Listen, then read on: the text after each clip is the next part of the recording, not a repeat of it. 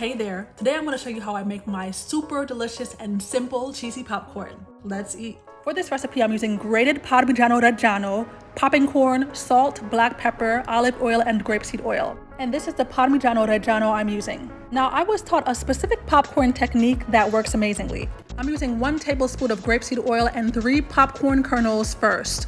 Once those pop, we know the oil is at the perfect temperature. I'm adding the rest of the popcorn kernels, evenly spreading them throughout the pan and covering the pot for perfect popcorn.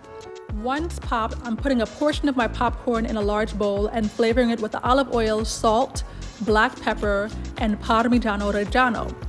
Then I'm going to add another layer of the popcorn and repeat the process with the olive oil, salt, black pepper, and Parmigiano Reggiano. Then we mix. And there we have it, delicious and all-natural cheesy popcorn. What I love about this recipe is that it's packed with flavor without any artificial ingredients. So, try my delicious popcorn out and let me know what you think. Thank you for watching. See you next time.